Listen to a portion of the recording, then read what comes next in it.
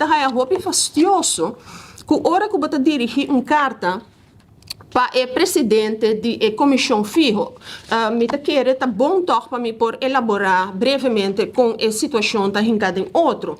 A comissão fijo no parlamento está ser presidida de membros da coalição, não tem a presidência e não tem a vice-presidência, pero não está papel de solo parlamento. É decir, se como parlamentário você requerir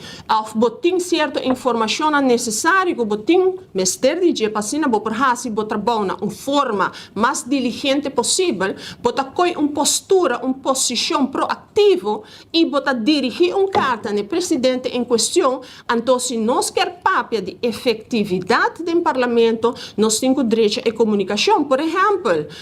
é por suceder que eu vou dirigir para uma carta verdadeiramente o presidente, o porta-voz, que é a organização em questão, pero me nota que custa muito de seu tempo para poder dirigir um mail, at least, na parlamentário em questão. Então, você sabe, a receber a carta de bom ordem, me está bem com a diligência e pronto a reunião aquilo que da chamar. Essa evita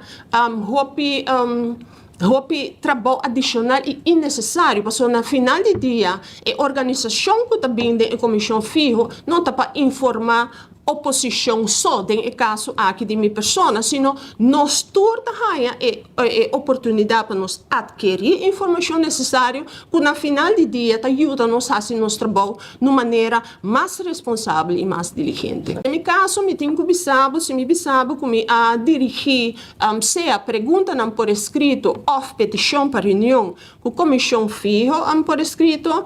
me mestra manda recordatório, qual me tahaia que bota obstaculizar é parte de eficiência do trabalho do parlamento.